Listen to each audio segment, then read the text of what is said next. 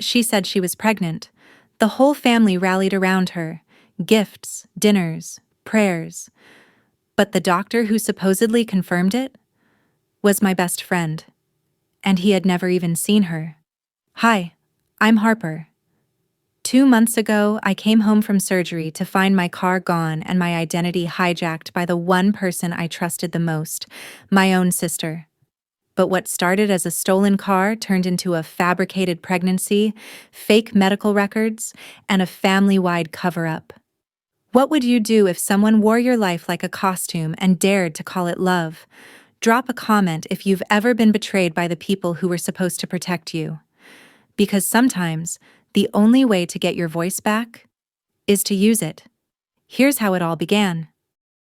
She said Dr. Myers confirmed it. Funny. He called me last night. I read the message twice, maybe 3 times, as if repetition would somehow change what it meant. But it didn't. It was right there in black and white, glowing against my phone screen. Ria told our family she was pregnant.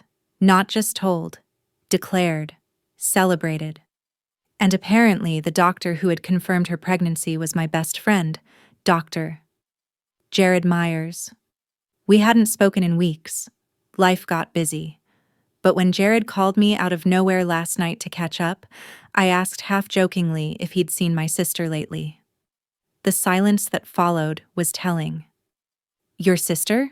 he'd said. "Harper, I've never had a patient named Ria Lane." I didn't answer immediately. I just stared at the window in my apartment, watching the night distort city lights like lies stretched too far. "She said you confirmed her pregnancy." He'd scoffed. "Then I'm an even better doctor than I thought." This morning, I couldn't focus. I scrolled through our family group chat. Lane Legacy, it was called. As if that added moral weight to anything. Carol, our mother, had just posted a photo of a sonogram with the caption, "So proud of my second baby having her own baby, fuck granny in training." There were hearts, tears, gifs of dancing bottles. I zoomed in. The name field on the scan had been cropped out. The next message was a link to a gender reveal BBQ for next Sunday. "Pink or blue? Place your bets," Ria wrote, followed by a string of baby emojis. I wasn't invited directly, but I didn't need an invite to know the smell of something rotten. After changing into jeans and a hoodie, I drove to Jared's clinic in Asheville. The receptionist, Dana, gave me a tight-lipped smile. "Dr. Myers is expecting you." Conference room. I walked in to find Jared flipping through a patient chart. He looked up. "Still want proof?" He pulled up the scheduling database, turned the screen toward me. No Lane, no Ria, no similar DOB, nothing even remotely matching. He scrolled. "And here's my ultrasound machine log. No pregnancy scans that week except for 2 regulars and a teen with a missed period. None of them your sister." A tight breath escaped me. I looked around the room, sterile and still. Could she have used another name? "Maybe," Jared said. "But then why name me?" I nodded, more to myself than to him. The kind of nod that people mistake for agreement, but it really means, "Now I'm sure." Back in my car, I sat for 10 minutes without starting the engine. Then I opened Instagram. Ria had just posted a boomerang of herself cradling her belly, with the caption, "Bumpin' along number 18 weeks, number miracle baby, number blessed life." I wanted to laugh, but I didn't. I clicked her stories. One was a shot of prenatal vitamins lined up on a windowsill. Another was her rubbing her stomach while soft lullaby music played. The last one broke me. She was crying, eyes red and raw, whispering to the camera, "I didn't think I'd ever get this gift. But here we are. Thank you for believing in me." People were commenting prayers. My aunt commented, "God knew you were ready." Someone else added, "After all you've been through, this baby is your redemption." What had she been through? A series of minor inconveniences and a lifetime of being bailed out by me? I opened the fridge at home. Empty but for oat milk, pickles, and half a lemon. I pulled out a notepad and wrote one word in the center. Why? Then I added a line underneath. Because they always believe her. That night, I visited Mom. The house looked exactly the same. It always did. Too clean. Too curated. As if any mess was a moral failure. Carol opened the door in an apron that said, Future Nana. My stomach turned. Hi, sweetheart, she beamed. Come in, I made ginger tea.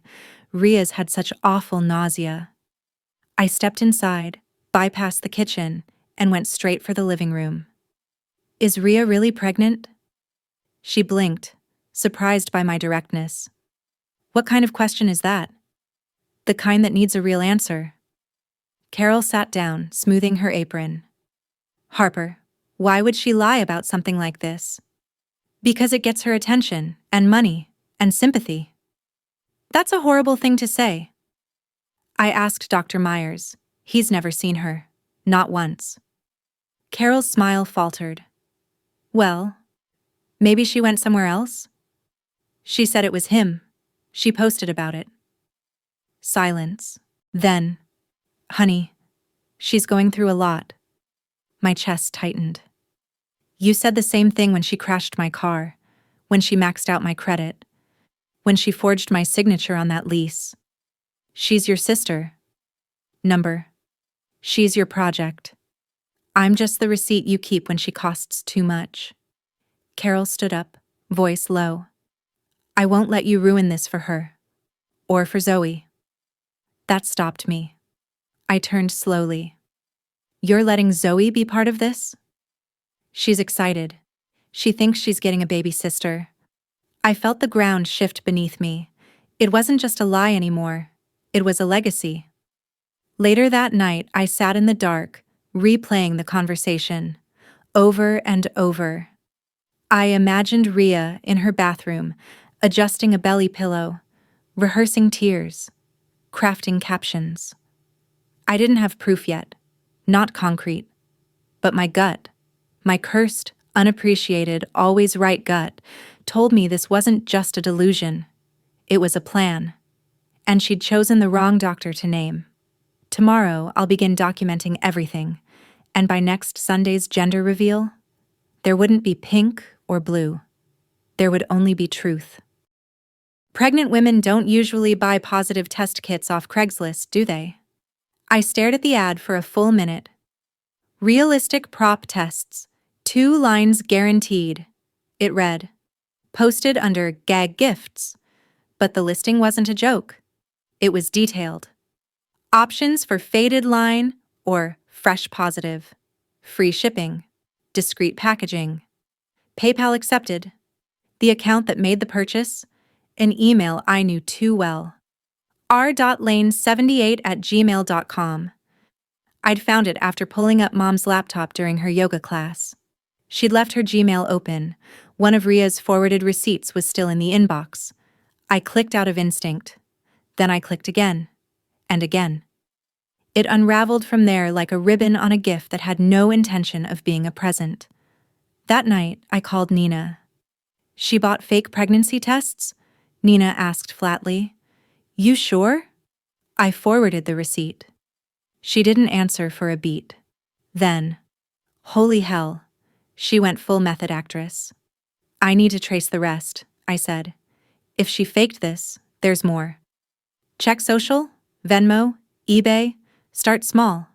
Most liars forget the breadcrumbs. We stayed on Zoom for 3 hours. Nina, with her dark-rimmed glasses and cybersecurity brain, led the hunt. By midnight, we had a spreadsheet. Ria had ordered 2 sonogram prints from a site called babybelievable.com, sent $75 via Venmo to a user named at ultrascangirl, memo, rush order, commented, thank you, it worked perfectly, on a post selling fake discharge letters, bookmarked a YouTube video titled, How to Fake Morning Sickness. I wasn't just chasing shadows anymore. I was compiling evidence. But I knew if I confronted her directly, she'd pivot, cry, blame me. So instead, I planned something she couldn't spin. The next day, our family group chat blew up again. Rhea posted a photo of her standing sideways in front of a mirror, belly visible beneath a tight tank top. The caption, "Can't wait to meet you, little bean, mom in the making." I zoomed in again. The belly line was soft, uneven. I enhanced the image. The lower curve pressed unnaturally. A maternity pillow, probably. Maybe even two. I saved the photo. Labeled it Evidence Bump 1. The following weekend was the pre-baby shower brunch. Rehearsal, as Carol called it. Only immediate family. No press. No pressure. Perfect. I arrived with a wrapped box under one arm and a USB drive in my pocket. The house was decorated in pink and lilac. A faux floral arch stood over the dessert table. A cake with "It's a girl" piped in cursive sat untouched on the counter. Everyone was glowing, except me. Carol squealed, "Harper, you made it! Rhea's resting upstairs. She's glowing." I smiled. Good, she should see this. I handed Carol the box. A gift for the whole family. Inside was a simple white frame. Nestled inside, a printed screenshot from babybelievable.com, the exact same sonogram image Rhea had posted. Identical shadowing, same fetal position. Only this one included the watermark Rhea had cropped out. Carol paled. "What is this?" Nina, who had joined via FaceTime and was projected on the TV for virtual support, unmuted herself. "Check the lower left corner." Rhea entered just in time to hear her. She froze. The room did too. "What's going on?" she asked, voice light. "Did you buy this image?" I asked, stepping forward. She blinked. "What?" "This. The sonogram you posted. It's from a website, a paid download." "That's insane!" "I've got the transaction, the IP, even the thank you comment." People shifted uncomfortably. Ron cleared his throat. "Maybe there's a mix-up." I pulled a second photo from my purse, the original ultrasound from the clinic Jared worked at. I held it up beside Rhea's print. "These are not the same fetus. One is medical. One is merchandise." Rhea laughed nervously. "Are you serious? You're ruining my moment." "No," I interrupted. "You ruined it the second you sold a lie and dressed it in diapers." Carol put a hand over her mouth. Zoe, sitting cross-legged on the carpet, stared at the floor.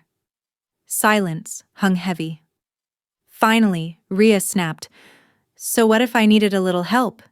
Everyone wanted something to celebrate. I gave it to them." "Right," I said quietly. "And I'm the one who has to clean up the gift wrap." I walked out without dessert. Back home, I opened the spreadsheet again. Labeled a new tab, Emotional Blackmail. Phase 1. Funny how that baby disappears the moment no one's looking. It started with the stairs. Rhea never took them. She'd say the pregnancy made her dizzy, that her blood pressure dropped if she walked too fast. So during every family gathering at Mom's house, she'd plant herself in the recliner and send Zoe upstairs to fetch whatever she needed. But 2 nights ago, I came by unannounced, claiming to drop off prenatal vitamins from a friend's clinic. Carol opened the door, surprised but smiling. Rhea wasn't downstairs. Carol said she was lying down. I offered to take the pills up. Halfway up the stairs, I paused. Silence. No moaning, no humming, no Netflix in the background. When I reached the top and turned toward the guest room, the door was slightly ajar. What I saw made my breath freeze mid-throat. Rhea stood in front of the mirror, t-shirt rolled up. On the bed beside her was a folded pillow, small, curved, with adjustable straps. She was peeling off the belly wrap, humming a tune. My body moved before my mind did. I slid my phone from my pocket, held it low, and snapped 3 pictures in rapid succession. Click, click, click. Rhea turned. "Harper, what the hell?" I smiled. "Just wanted to drop these off." I tossed the vitamins on the dresser and left before she could say another word. That night, I emailed the photos to Nina with the subject, "Endgame?" She replied 5 minutes later, "Not yet. You're one clip away from the kill shot." So we planned. I borrowed a camera from Janice King, our neighbor. She used to work in real estate and had a thing for hidden nanny cams. I told her I needed one to monitor package theft. She raised an eyebrow but handed it over with a wink. I waited until the next afternoon. Rhea and Carol had gone grocery shopping. Zoe stayed home, reading on the couch.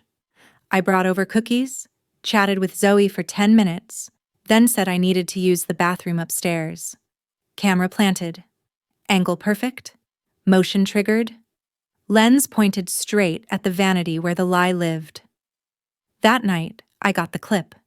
In it, Rhea pulled up her sweater, unstrapped the belly wrap, and tossed it onto the bed like a used napkin. She scratched her side, yawned, and plopped onto the mattress, completely flat. Zero bump. No baby. I watched the video 5 times, not for shock, but for confirmation. The final nail. That weekend, the family hosted a small blessing circle at Mom's. Just close friends, some extended cousins, lots of prayer beads, and Pinterest-inspired cupcakes. I walked in wearing black. On purpose. Zoe ran up to hug me. She smelled like vanilla lotion and glitter. As we hugged, she whispered into my sweater, "Mom said don't talk about the GOSH pillow."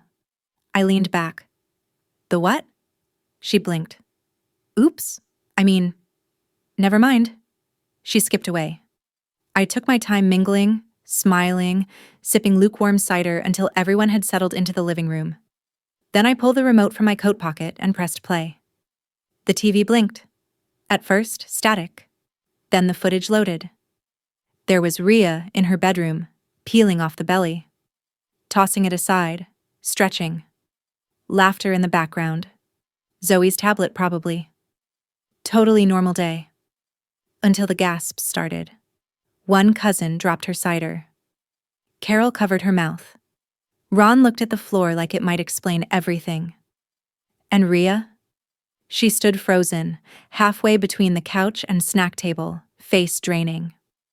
"Where did you get that?" she asked, voice shaking. "You're upstairs," I said simply. "That's illegal." I raised an eyebrow. "You're worried about ethics now?" The room stayed quiet for a long time. Then someone muttered, "So, no baby?" Carol whispered, "Please say it's not what it looks like." But it was. And we all knew it.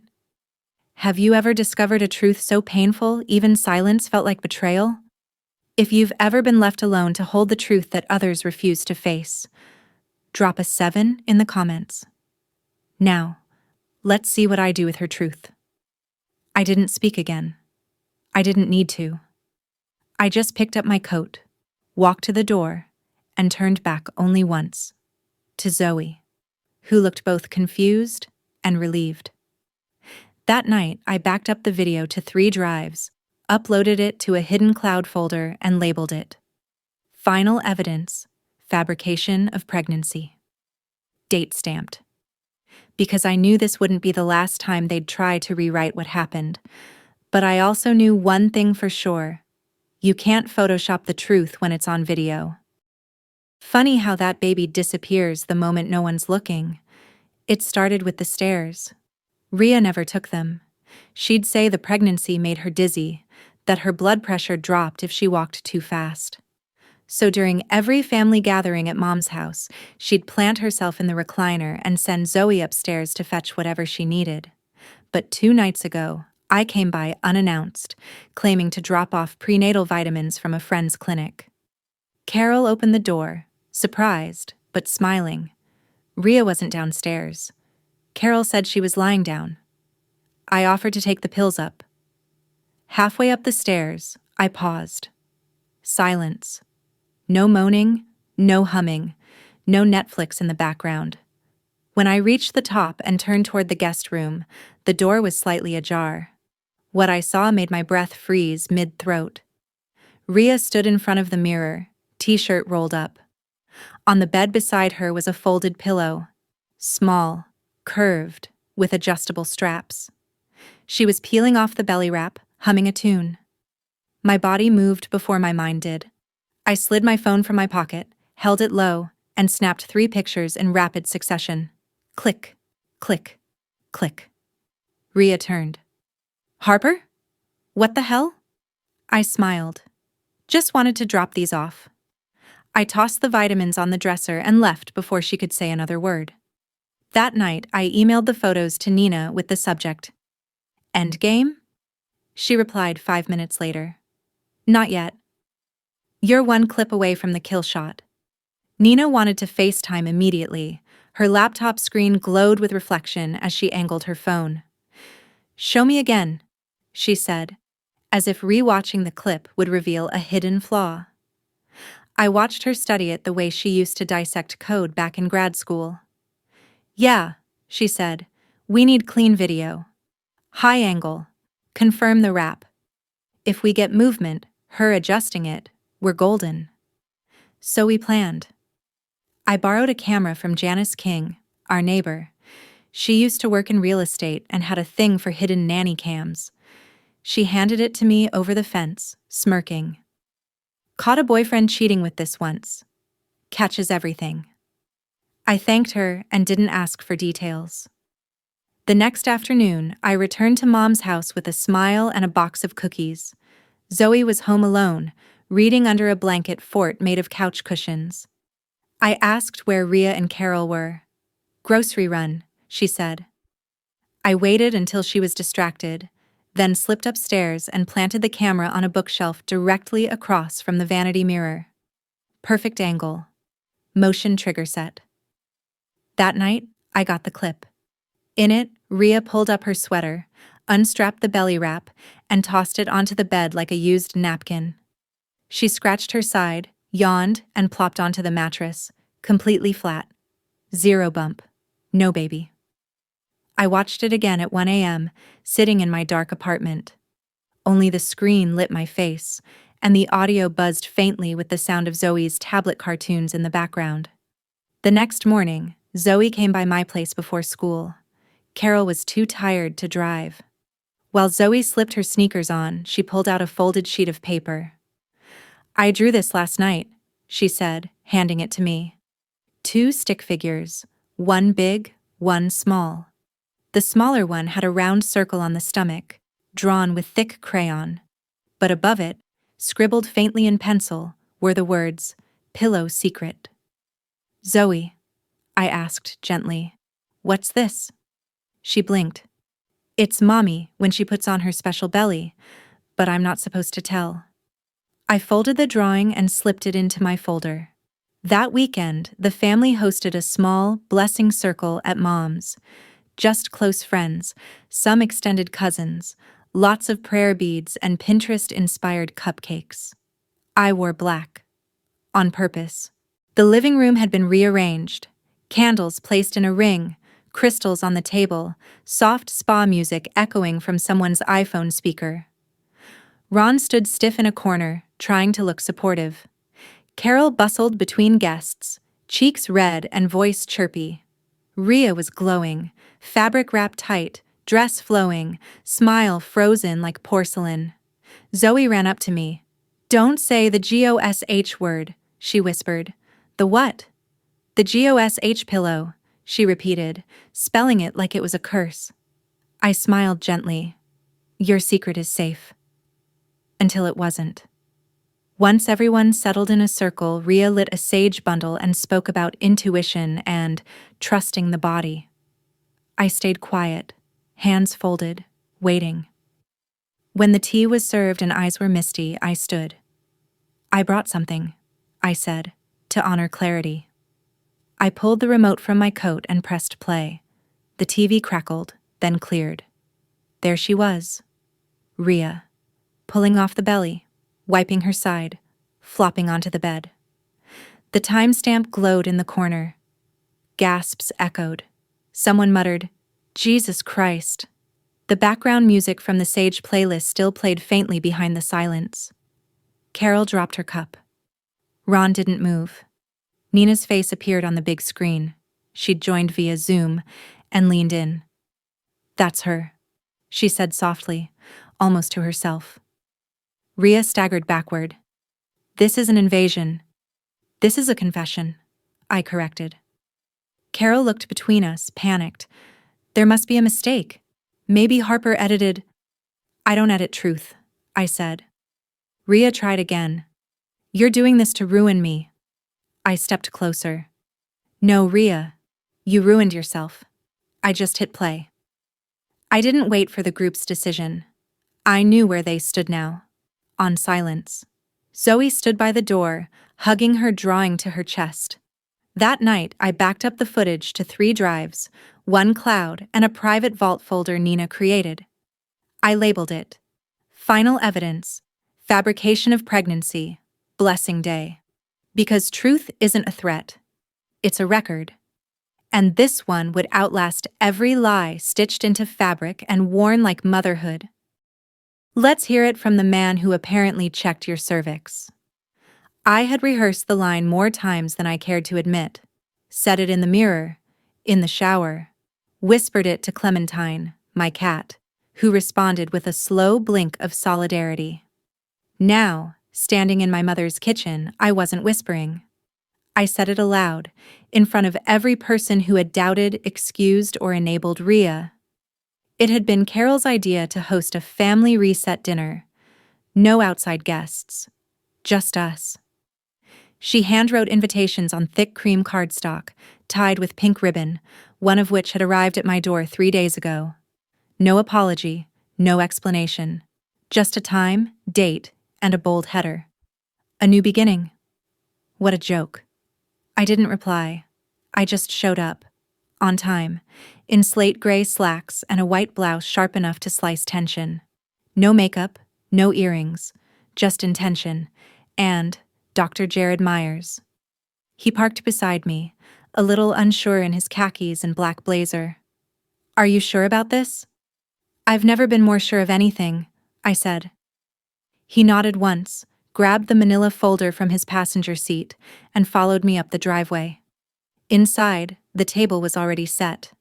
Velvet runner, silver chargers, twinkling lights wrapped around mason jars filled with baby's breath. It reeked of denial. Ron opened the door and blinked at Jared. "Who's this?" "This," I said, "is the doctor Rhea claimed confirmed her pregnancy." Ron stepped aside.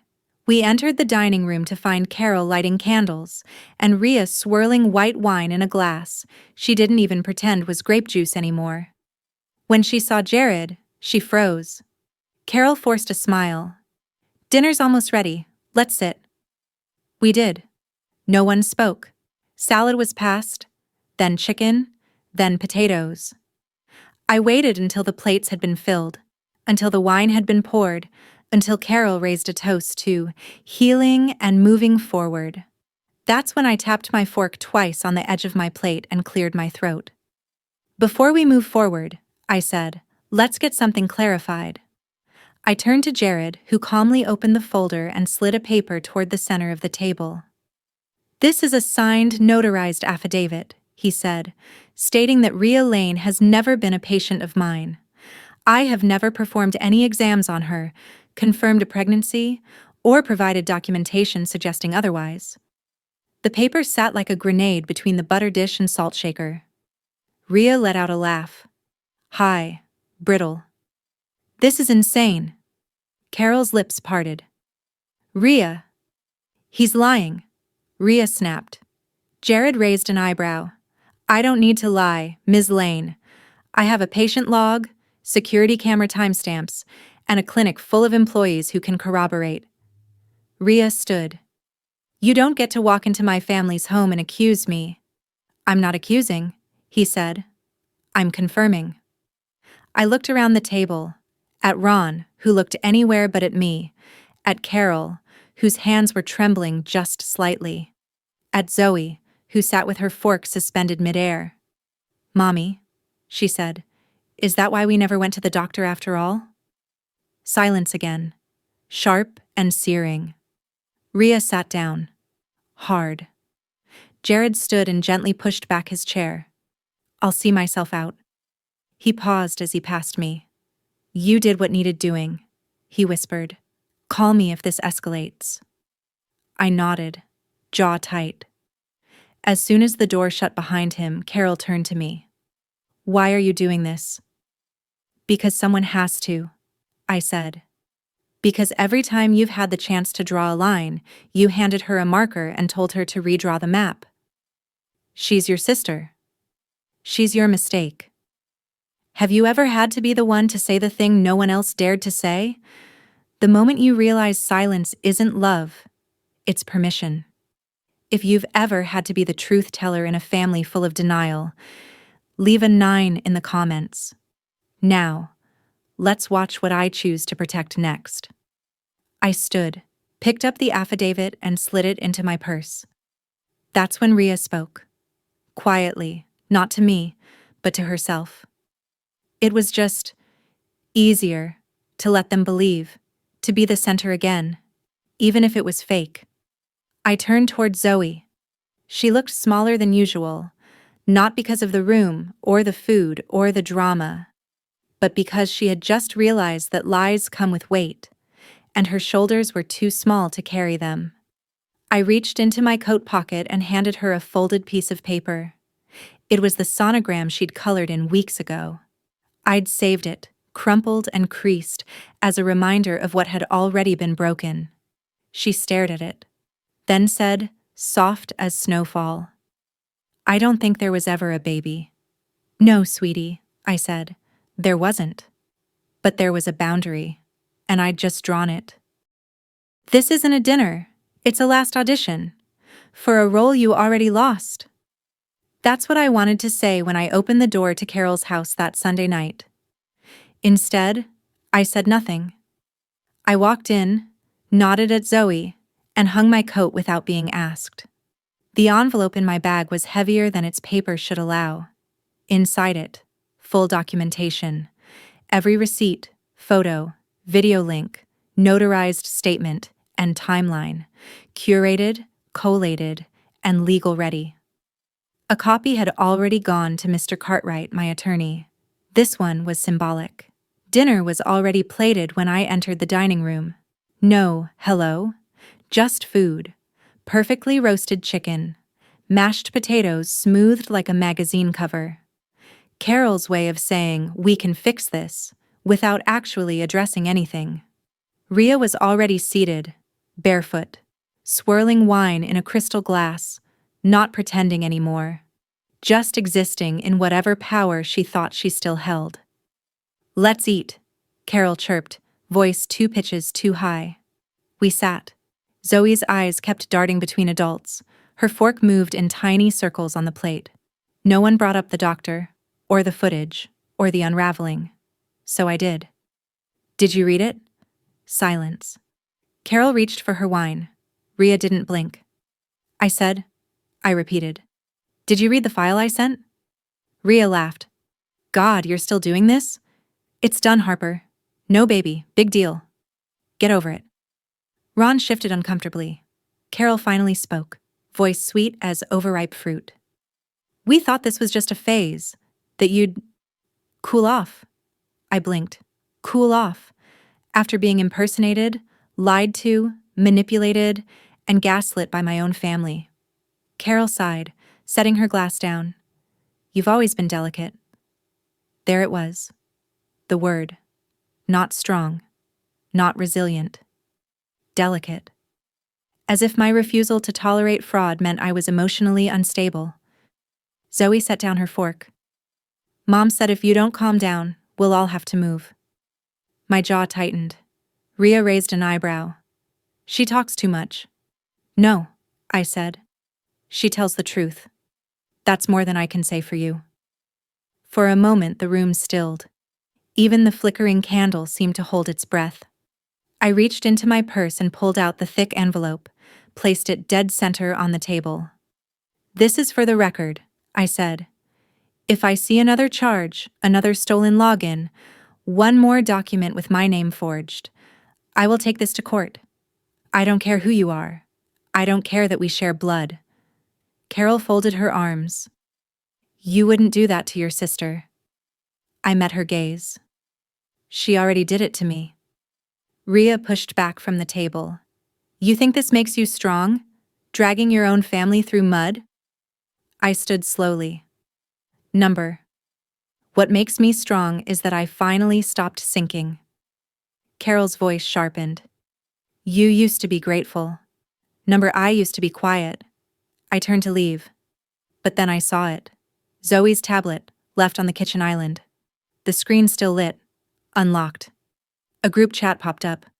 Kravitz Core. I didn't mean to read it. I didn't plan to. But I did. Mara. She thinks a cease and desist will scare us. Carol. Let her throw her tantrum. She'll come back. Ron. We raised her too soft. Rhea. She's acting like she's Oprah just because she filed some papers. I stared at the screen, at their playbook, their blueprint, their mockery. The air left my lungs all at once. I turned, walked out, and didn't stop until I got home.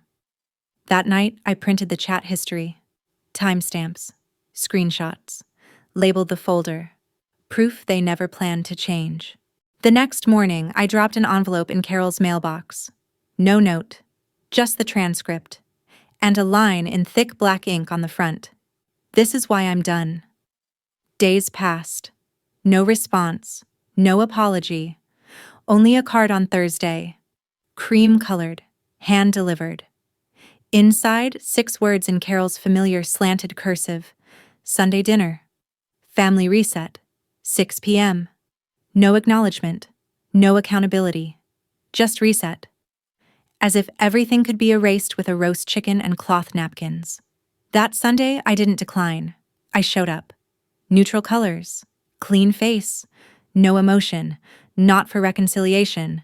For record-keeping. The table was set. As always. Too perfect. Rhea smirked as she opened the door. Look who found her way back. Dennis gave me a nod. Just a gesture. No warmth. Zoe stayed near the hallway, arms crossed. Carol bustled in. Let's not turn this into a thing. We sat. Ate in brittle silence. I waited. No one said a word. So I did. Did you even read the letter? Forks paused. Rhea rolled her eyes. You're going to burn this family down over a few bills? Carol exhaled sharply. We thought this was a phase. I pulled out one final page. This time not from my purse but my coat. A printed screenshot. Zoe's chat thread. Everyone saw their name. Everyone saw their words. Carol paled. Rhea froze. And Zoe? She stared. Then whispered. You read it. I nodded. And now I know. Carol opened her mouth. I raised a hand. No more speeches, no more dinners. I stood. You didn't just lose my trust.